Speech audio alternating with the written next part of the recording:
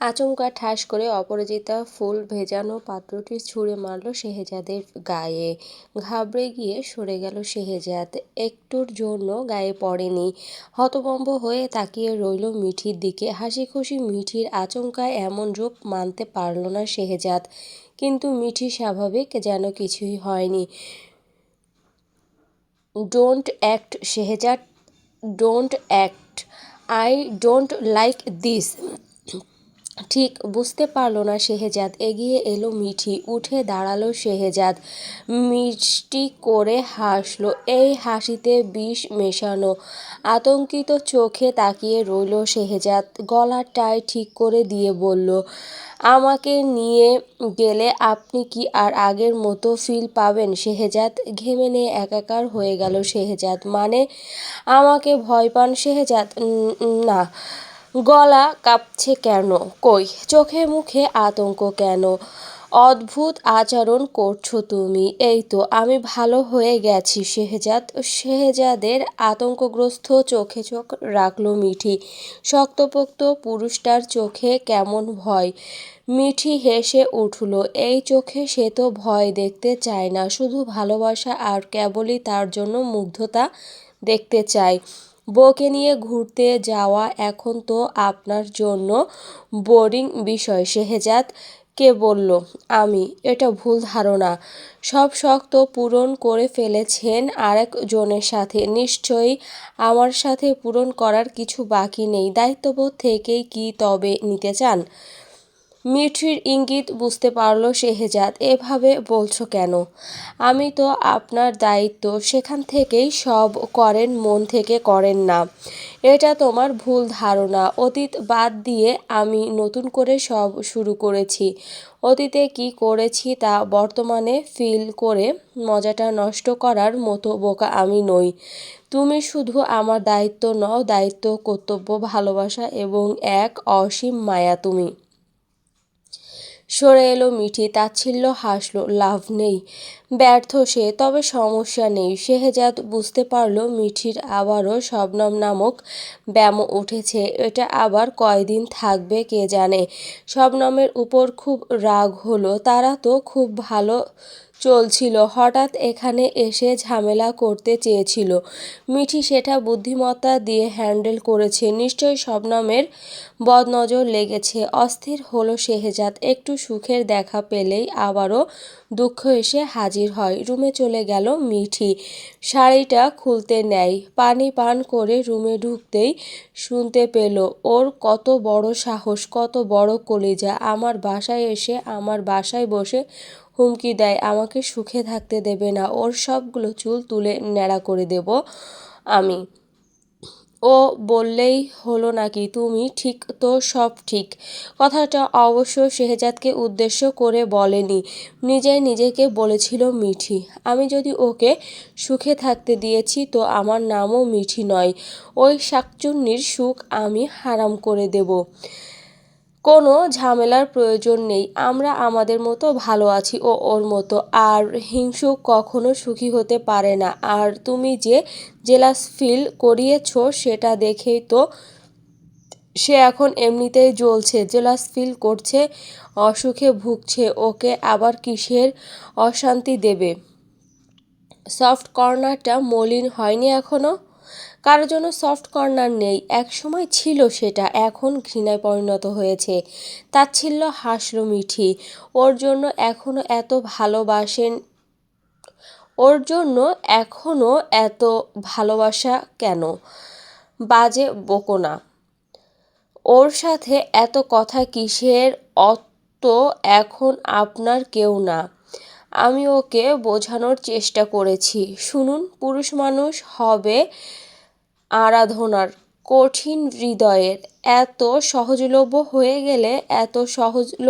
হয়ে গেলে তো পুরুষের আর ব্যক্তিত্ব থাকে না। তাই ওর সাথে এত কথা না বলে ওর গালের মধ্যে কষিয়ে 4-5টা থাপ্পড় মারলেন না কেন?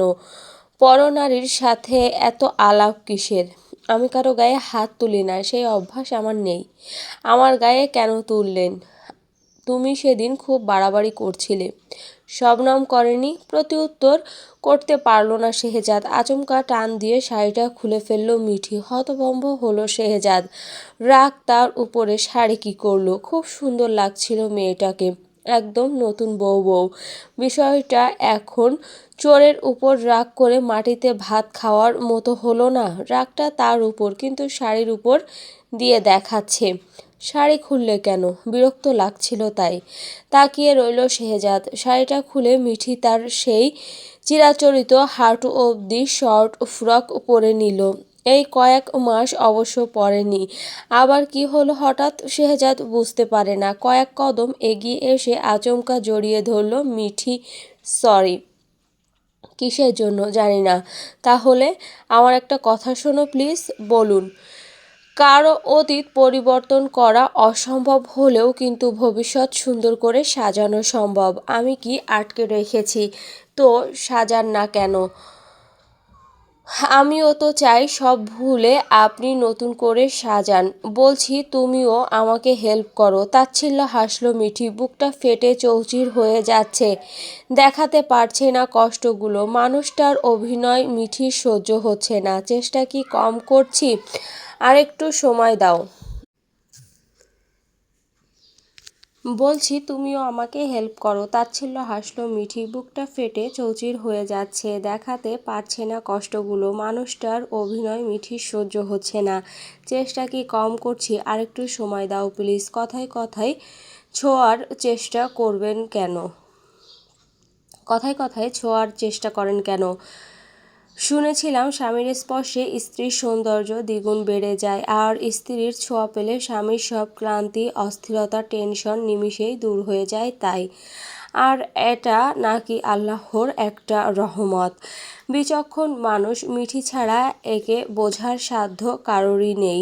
ভাববেন না দুধ হরলিক্স খেয়ে এত বড় হয়েছি। মানুষের বাঁশ খেতে খেতেও বড় হয়েছি। আর মিথ্যাবাদীর যুক্তি সবসময়ই সুন্দর। ছাড়িয়ে নিল নিজেকে। আবারও জড়িয়ে ধরে ঠোঁটে চুমু খেলো। কথায় কথায় চুমু খান কেন? রেগে গেল মিঠি। একজন বিবাহিত পুরুষের জন্য সবচেয়ে উত্তম ভিটামিন হচ্ছে তার স্ত্রীর ঠোঁট। যাবেন এখান থেকে। খেয়াল করলো রাগে জিদে মিঠির নাকটা লাল টুকটুকে হয়ে ঘেমে গেছে। শুনেছি যেসব মেয়েদের নাক ঘামায় তারা স্বামীর আদর ভালোবাসা বেশি পায়। আপনাকে যেতে বলেছি। পরিস্থিতি নিয়ন্ত্রণে আনার চেষ্টা করে বলল, যাবে না কক্সবাজার? আগে বাবা মায়ের জন্য টাকা পাঠিয়ে দিন, তারপর যাব। আর না হয় ওনাদেরকেও আমাদের সাথে নিয়ে চলুন, দারুণ সময় কাটবে। সেদিকে দিলে অনেক টাকা ব্যয় হবে। আমরা ঘুমাতে পারবো না অত। আমরা ঘুরতে পারবো না অত। এছাড়াও ওনারা গেলে আমরা স্পেশাল কোয়ালিটি টাইম স্পেন্ড করতে পারবো না। বাবা মায়ের পেছনে অর্থ, সম্পদ, সময় খরচ করাকে ব্যয় বলে না, এটাকে সৌভাগ্য বলে। এই সৌভাগ্য কুসন্তানদের থাকে না। আর স্পেশাল কোয়ালিটি টাইম স্পেন্ড তো প্রতি রাতেই করেন। তাতেও কি আপনার মন ভরে না? দীর্ঘ 17টা বছর ধরে অতীব যত্নে রাখার রক্ষিত আমানত শরীরটা, নিজের সতীত্ব সব দিয়ে দিলাম আপনাকে। যেখানে শবনম আপনাকে অকেজো অপদার্থ এবং আমড়াকাঠের ঢেঁকি বলে তুচ্ছ তাচ্ছিল্য করে চলে গেল, আর সেখানে আমি টেনে নিলাম বুকে। আর কেমন কোয়ালিটি টাইম স্পেন্ড করতে চান? এতেও হয় না? আরও লাগবে? আরও 3টা বিয়ে করবেন? পাত্রী দেখব। কথা বলতে পারল না শেহজাদ। কাকের ডানায় ময়ূরের পালক গজালে তো মানুষ নিজেকে স্পেশাল ময়ূরপঙ্খী ভাববেই। অপমানে থমথমে হয়ে গেল শেহজাদের মুখটা। দোষটা তো আমারই। কলা দিয়ে বানর পুষেছি, মাথায় চড়ে বসেছে। আমিও যা ইচ্ছে তাই। কথায় আছে না, যে আমাকে চায় তার জন্য তুমি সারা দুনিয়ার সাথে লড়াই করতে পারবে। কিন্তু যে মানুষটা তোমাকে না চেয়ে অন্য কাউকে চায়, তাহলে নিজে হাজার লক্ষ লড়াই করেও কাজ হবে না। স্তব্ধ নয়নে তাকিয়ে রইল শেহজাদ। মিঠির কিছুই বোধগম্য হলো না তার। আরও একটা কথা আছে, সব কিছু নিয়ে বেশি প্রশংসা করতে নেই, কারণ যে জিনিস নিয়ে মানুষ বেশি গর্ববোধ করবে সেই জিনিসই একদিন বুঝিয়ে দিবে যে মানুষ কত বড় ভুলের মধ্যে ছিল। সত্যিই তাই, এর প্রুফও পেয়েছি। অনেক বলেছ, এবার আমার কথা শোনো। অফিসের সময় হয়ে গেছে, অফিসে যান। কিছু না বলে বেরিয়ে যেতে নেয় শেহজাদ। শুনুন, আমি যেতে রাজি, তবে আমরা দুজন যাব শুধু, আপনার কোনো বন্ধুর সাথে যাব না। আমি একাই আপনার সাথে যেতে চাই, আর ওখানের অর্ধেক টাকা আমি দেব, অর্থাৎ আমার টাকায় আমি যাব। যদি এই শর্তে রাজি হন তাহলে যাব, নয়তো ক্যান্সেল। গম্ভীর মুখে বলল, ঠিক আছে, রেডি থেকো। আচ্ছা, আসার সময় শপিং করে আনবো? কি লাগবে তোমার? আমার কিছু লাগবে না, সব আছে। আপনি বরং আপনার জন্য ভালো কয়েকটা শার্ট প্যান্ট কিনুন, আগের গুলো একটাও নিতে পারবেন না। আলমারি খুলে একটা নিয়ে শেহজাদ হাতে ধরিয়ে দিল মিঠি। আলমারি খুলে একটা খাম নিয়ে শেহজাদের হাতে ধরিয়ে দিল মিঠি। এটা কেন? শপিংয়ের জন্য। লাগবে না, আছে। রাগ করেছেন কেন? করিনি। শুনুন, আমার মানে আপনার, আর আপনার মানে আমার। সম্পদ তো দুজনেরই। যা কিছু স্বামীর তার সবটা স্ত্রীর, আর যা কিছু স্ত্রীর তার সব কিছুই স্বামীর। বিয়ের মানে তো এটাই। আর বিয়ের সরল অর্থ জীবন ভাগাভাগি করে নেওয়া। জীবনের ব্যাপ্তি অনিশ জীবনের ব্যাপ্তি অনিশেষ। বেঁচে থাকার প্রতিটা মুহূর্ত অবশ্যই জীবন। তাই স্বামী স্ত্রী মানে হলো যাদের সুখ দুঃখ অনুভব অনুভূতি শ্বাস প্রশ্বাস অভিন্ন। এটা রাখুন, আমরা একজন তো আরেকজনের জন্যই, তাই না? সে যাদের কিছুই নিতে চায় না মিঠি। আমি এতটাও নিম্নবিত্ত পরিবারের নয়, মধ্যবিত্ত পরিবারের ছেলে। আমার বাবার খুব টাকা কখনোই ছিল না। ফ্যামিলির অভাব অনটন আমি দেখেছি, আমি এটাও জানি। তবুও আমার বাবা কখনো এমন দুর্নীতি কিংবা দুই নাম্বার কাজ করবার এক মানুষের টাকা মেরে দেওয়া এই টাইপের কাজ করেনি। আমি চাইলে বড়লোকদের মতো চলতে চাইতে পারতাম, আমার বাবাও হয়তো পারত, কিন্তু সেটা করেনি। মানুষটা অপরাধ এর পথে পা বাড়ায়নি। আমার নিজের বাবার জন্য এবং নিজের জন্য আমি সবসময় গর্ববোধ করি। আল্লাহ আমায় যা দিয়েছেন তাই আমার জন্য যথেষ্ট। তোমার টাকা পয়সা ধন সম্পদের আমার প্রয়োজন নেই, তোমার জিনিস তোমারই। ড্রেসিং টেবিলের উপর খামটা রেখে চলে গেল শেহজাদ। শুয়ে রইল মিঠি। তার খুব খারাপ লাগছে, কান্না করায় ভীষণ মাথা ব্যথা শুরু হয়েছে। কি যুগ এলো, মানুষের দুঃখে একটু কান্না করাও যায় না। মাথা ব্যথা শুরু হয়, মাথা ভার হয়ে থাকে, সর্দি লেগে যায়। একটা দীর্ঘশ্বাস ফেলল। শেহজাদের সাথে বোধহয় বেশি বাড়াবাড়ি করে ফেলেছিল। অবশ্য তার মাথাটাও ঠিক ছিল না। এমনটা করলে কোন মেয়ের মাথা ঠিক থাকবে? প্রাক্তনকে ভুলতে পারে না। হ্যাঁ, মানুষ নাকি তার সামান্য অতীতকে ভুলতে পারে না, অথচ বান্দা দুনিয়ামুখী হয়ে তার সৃষ্টিকর্তাকেই ভুলে যায়। ন্যাকামি। আল্লাহকে ভুলে থাকতে পারে, তার আজাব গজব কঠিন শাস্তির কথাকে ভুলে থাকতে পারে, জাহান্নামের শাস্তির কথা ভুলে থাকতে পারে, অথচ অতীতকে ভুলতে পারে না, প্রাক্তনকে ভুলতে পারে না। ফাউল কথাবার্তা। আল্লাহর দেওয়া কঠিন শাস্তির চেয়েও কি অতীত বেশি গুরুত্বপূর্ণ? তা না হলে ভুলতে পারে না কেন? সেদিন কঠোর কিয়ামত হিসাবে এইসব চলবে না আল্লাহর কাছে। একটা সত্য কথা হলো, প্রাক্তনকে পুরোপুরি ভুলতে না পারলে নতুন কোনো সম্পর্কে জড়াতে নেই। এতে হয়তো তুমি ভুল নও, কিন্তু বর্তমান মানুষটা কষ্ট পায়। একজনকে ভুলতে আরেকজনের সাথে সম্পর্ক করাটা ঠিক নয়। বালিশের মধ্যে মুখ গুজে কাঁদতে লাগলো মিঠি। খুব কষ্ট হচ্ছে তার। হবেই না বা কেন? নিজের ভালোবাসার মানুষটাকে, নিজের স্বামীকে নিজের আগে অন্যজনের হতে দেখা জীবনের অন্যতম বড় যন্ত্রণার মধ্যে একটি। তার জীবনে আসার পূর্বে নিজের ভালোবাসার মানুষ, নিজের আপন স্বামী অন্য কাউকে ভালোবেসেছে, আদর সোহাগ করেছে। এটা দেখার মতো জঘন্য অনুভূতি একজন নারীর জন্য বোধহয় পৃথিবীতে আর কোনোটাই হতে পারে না, কোনোটাই না। একটা নারীর মন এবং জীবনকে বিষিয়ে দেওয়ার জন্য ওইটুকুই যথেষ্ট। খামচে ধরল বালিশ, ভেজা গলায় বলল, আমি হেরে গেছি, খুব বাজেভাবে হেরে গেছি আল্লাহ। জীবন আমাকে এভাবেই হারিয়ে দিয়েছে, এমনভাবেই হারিয়ে দিয়েছে, আর সান্ত্বনার স্বরূপ হাতে ধরিয়ে দিয়েছে এক টুকরো বিবর্ণ আমিকেই। কোষানল আমার রোষানলের হিসেব কষতে যখন বিপাকে আমার মন দমকা হাওয়ায় সব এলোমেলো হয়ে অশ্রুজলে ভিজল আমার দুনয়ন। আমি হেরে গেছি আল্লাহ, আমি হেরে গেছি। কয়েকটা অমানুষের কনস্পাইরেশনের শিকার হয়ে আমি হেরে গেছি। এমন জীবন আমি তো চাইনি। ডুকরে কেঁদে উঠল মিঠি। আজকের মতো এত কষ্ট কখনো হয়নি। চোখের কোণ বেয়ে টুপটুপ করে অশ্রু গড়াতে লাগলো। শিমুল তুলতুলে নরম বালিশটা ভিজে জবজবে হয়ে গেল। কিছু মানুষ মানসিকভাবে যতই শক্তিশালী হোক না কেন, সে কারো না কারো কাছে ভীষণ দুর্বল। তদ্রূপ মিঠিও মানুষটার উপর ভীষণ দুর্বল, কিন্তু কোনো লাভ নেই। সে তার আল্লাহকে ভুলে প্রাক্তনকে নিয়েই আছে। সারাদিনের শেহজাদ ফোন করলো না, মিঠিও করলো না। দুজনের মধ্যে ইগো এবং নীরব অভিমান চলছে। রাত 11টা বাজতে লাগলো প্রায়, অথচ এখনও শেহজাদ এলো না। শুয়ে রইল মিঠি। আসলে আসবে না,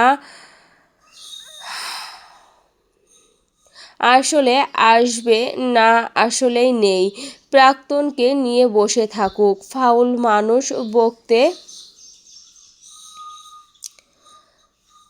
আসলে আসবে, না আসলে নেই। প্রাক্তনকে নিয়ে বসে থাকুক, ফাউল মানুষ বকতে লাগলো সমানে।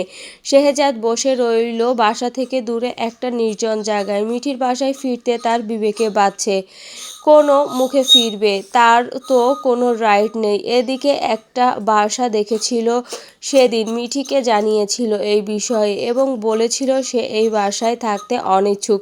মিঠিও সাফ সাফ মুখের উপর জানিয়েছে সে তার বাসা ছেড়ে কোথাও যাবে না। বাসাটা নিতে গিয়েও শেহজাদ আর নিল না। মিঠি এখানে একা থাকবে, আর সেও অন্যখানে থাকবে। তা কিভাবে হয়? সে থাকতে পারবে, কিন্তু একা বাসায় মিঠিকে কিভাবে রাখবে? ভয় হয় তার। দু চোখ বুজে রইল। খুব আত্মসম্মানহীন বলে মনে হচ্ছে নিজেকে। তার যা আয় তাতে স্বাচ্ছন্দ্যে চলে যায়, কিন্তু মিঠি তার বাসা ছাড়তে অনিচ্ছুক। শেহজাদ থাকে ঠিক, কিন্তু ঘর জামাইয়ের মতো মনে হয় নিজেকে। খুব ছোট ছোট লাগে মনের মধ্যে, কিন্তু মিঠির জেদের কাছে হার মানতে হয়। সিদ্ধান্ত নিল লোন নিয়ে একটা ফ্ল্যাট কিনবে। ভাড়া বাসা আর খুঁজতে হবে না। প্রয়োজনে অপ্রয়োজনে নিজের বাসায় থাকতে পারবে। এখন রাস্তায় রয়েছে, আজ একটা বাসা থাকলে কি এভাবে বসে থাকতে হতো? মিঠিদের আগের বাসায় তার সব কিছু রয়ে গেছে। ওর সৎ মামারা কিছুই আনতে দেয়নি জামাকাপড় ছাড়া। এখন সেখানে গেলে নানান কথা জিজ্ঞেস করবে, এক এক করে সব কিছু জবাবদিহি করতে হবে তাকে। ক্লান্ত লাগছে শেহজাদের।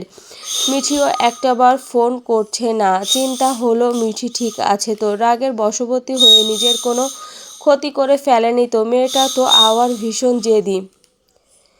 ঘড়িতে সময় দেখলো রাত 12টা বাজার আর মাত্র 5 মিনিট বাকি। নিশ্চয় রহিমা খালা চলে গিয়েছে। এত বড় বাসায় নিশ্চয় মিঠি একা। ভীষণ ভয় হলো কেউ বাসায় ঢুকে মিঠির ক্ষতি করতে পারে। উঠে দাঁড়ালো শেহজাদ। আস্তে আস্তে এগুলো আত্মসম্মানহীন এবং ছোট বলে মনে হলেও মিঠির জন্য সে বাসায় ফিরবে। যা ইচ্ছে বলুক, অপমান করুক, মিঠি তো তার স্ত্রী। স্ত্রীর জন্য না হয় আত্মসম্মানহীন হবে, ছোট হবে, কি হবে তাতে? এই অবধি কতজনই তো কত অপমান করেছে, তো কি হয়েছে? মরে তো যায়নি, শরীরের চামড়াও তো আর পচে যায়নি।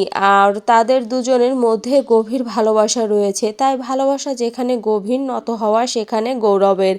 এছাড়াও ইগো ধরে রাখলে সম্পর্কে ভঙ্গন ভাঙন নিশ্চিত। সম্পর্কে দুজনের একজনকে বেহায়া হতেই হয়, আর যেই সম্পর্কের দুজনের মধ্যে ভালোবাসা, টান, মায়া এবং হারানোর ভয় আছে সেখানে কোনো ইগোই সাজে না। হ্যালো বন্ধুরা, এই গল্পের পরবর্তী পার্ট খুব শীঘ্রই এই চ্যানেলে আপলোড দেওয়া হবে। তো তোমরা যারা যারা এই গল্পটি শুনতে চাও তারা এই চ্যানেলটিকে অবশ্যই সাবস্ক্রাইব করে পাশের বেল বাটনটি অন করে রাখবে, এবং যাদের যাদের গল্পটি ভালো লেগেছে তারা অবশ্যই একটি লাইক এবং গঠনমূলক কমেন্ট করে যাবে।